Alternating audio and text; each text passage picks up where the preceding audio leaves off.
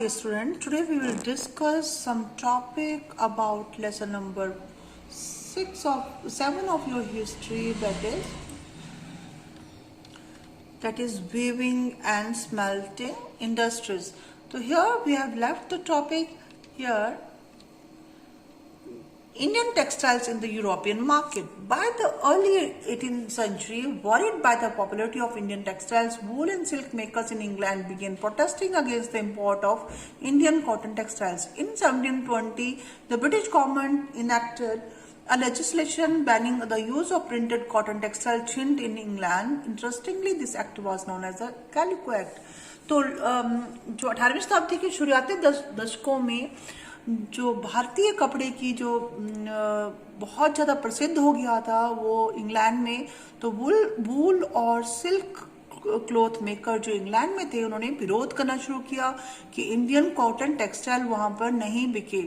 In 1720 the British government enacted legislation, एक law पास हुआ, एक कानून पास हुआ कि प्रिंटेड जो कॉटन टेक्सटाइल है छिंट, उसका उपयोग इंग्लैंड में नहीं होगा. इस कानून का नाम रखा गया calico act. At this time textile industries had just begun to develop in England. इस समय जो कपड़ा उद्योग इंडस्ट्रीज थी ये इंग्लैंड में डेवलप होने लगा था. Unable to compete with Indian textiles. Bharat से जो कपड़ा इंडियन टेक्सटाइल आता था वहां पर उसके साथ उसको कंपटीशन करना बहुत मुश्किल हो जाता था. तो इंग्लिश के जो प्रोड्यूसर्स थे, जो विदेशी कपड़ा बनाने वाले थे, वो चाहते थे कि उनका जो कपड़ा ही बिके उनके मार्केट में. तो they wanted a secure market with in the country by preventing the entry of Indian textiles. और इंडियन टेक्सटाइल जो भारतीय कपड़ा है वो वहां पर नहीं एंटर करे. The first to grow under government protection was a calico printing industry.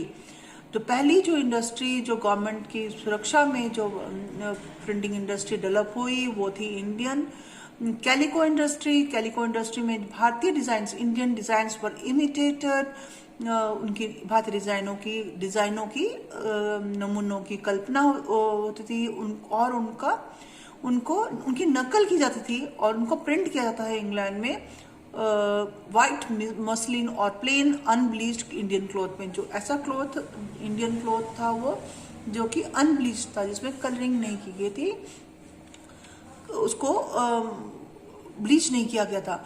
तो competition with Indian textiles also led to a search for technological innovations in England. In 1764, the spinning jenny was introduced by John Kay, which increased the productivity of the traditional spindlers. तो भारतीय कपड़े के साथ जो competition प्रतिस्पर्धा शुरू हुई तो उसके कारण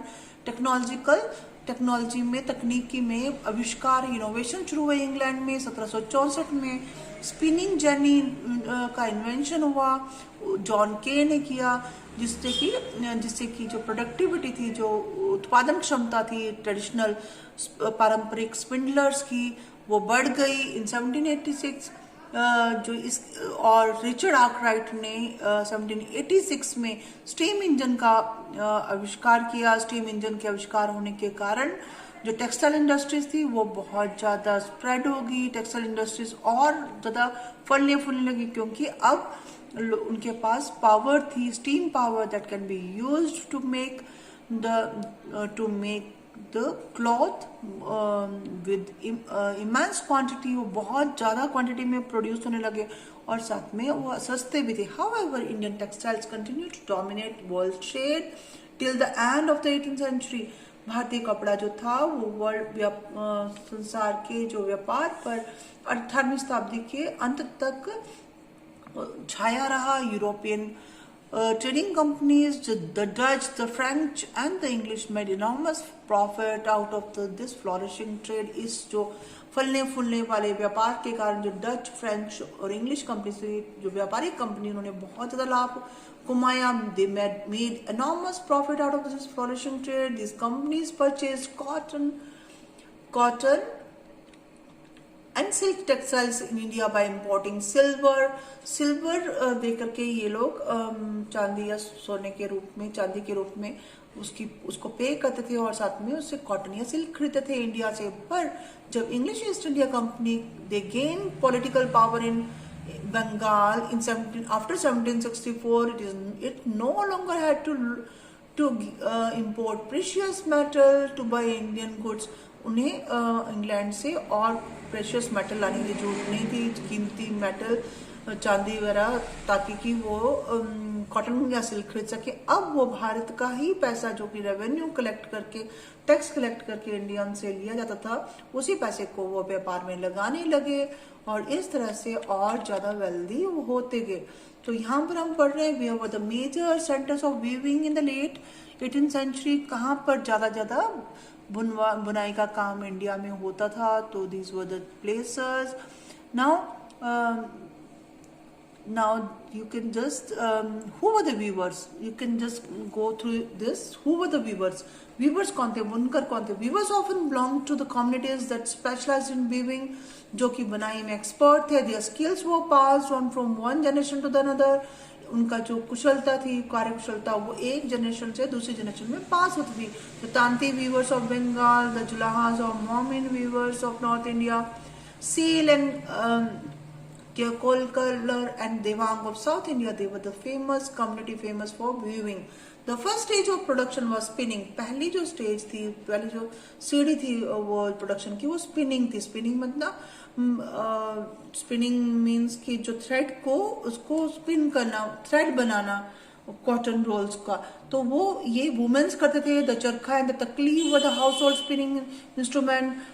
चरखे और तकली पर वो स्पिनिंग करते थे। The thread was spun on the charkha, चरखे पर थ्रेड को बुना, उसको स्पिनिंग की जाती थी और उसको तकली पर रोल किया जाता था एक रोल बनाने में। When the spinning was over, the thread was woven into the cloth by the weavers.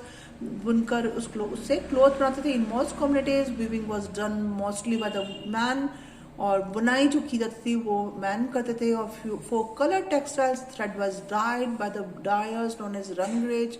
Rangrez जो थे उसको डाई करते थे और डिफरेंट कलर्स देते थे। For printed cloth, the weavers needed the help of a specialized block printers। Block printers की जरूरत पड़ती थी, जो प्रिंटिंग के काम आते थे। छिपीगर बोलते थे या छापा, उसको किया, छपाई की जाती थी। Handloom weaving and the occupation associated with it provided livelihood for millions of the Indians. भारतीय बहुत सारे जो थे, millions of Indians, they had been provided the livelihood, उनको रोजगार इसी से मिलता था। The decline of Indian textiles, decline means वो कैसे कैसे भारतीय जो कपड़ा था वो मंदी की ओर चलता गया। मतलब कि मोर प्रोडक्शन इज नॉट अनाउंस्ड, मतलब ज़्यादा प्रोडक्शन नहीं होने लगी, धीरे धीरे कम होने लगी। और ये कैसे हुई ये हम पढ़ेंगे। The development of cotton industries in Britain affected textile producers in India in several ways. Bharat में जो कपड़ा उद्योग का जो बाजार था, वहाँ पर जो कपड़ा आता था इंडियन कपड़ा, तो उसको मार्केट में क्लोज कंपटीशन मिला। किससे? ब्रिटेन से आने वाले कपड़े का, क्योंकि ब्रिटेन में अब कॉटन इंडस्ट्रीज एस्टेब्लिश हो गई थी और कॉटन इंडस्ट्रीज वहाँ पर एस्टेब्लिश होने के कारण वहाँ का कपड़ा इंडिया में आ रहा था। First Indian textiles now had to compete with the British textiles in the European and the American markets. Europe में और अमेरिका में जो भारतीय कपड़े को जो कड़ी टक्कर दे रहा था British cloth that was made in industries. Second, exporting textiles to England also becoming increasingly difficult since very high duties were imposed on Indian textiles imported into Britain. बहुत ज़्यादा टैक्स इंट्रोड्यूस कर दिए थे, कस्टम ड्यूटीज लगा दी गई थी जो कपड़ा यहाँ से भारत से बाहर जाता था इंग्लैंड को, तो British they introduce tax on that. So therefore it was very difficult for the Indian textile manufacturers to export those clothes to the different countries. By the beginning of the 19th century, English made cotton textiles. They successfully ousted Indian goods from their traditional markets in Africa, Asia and Europe. तो Africa, America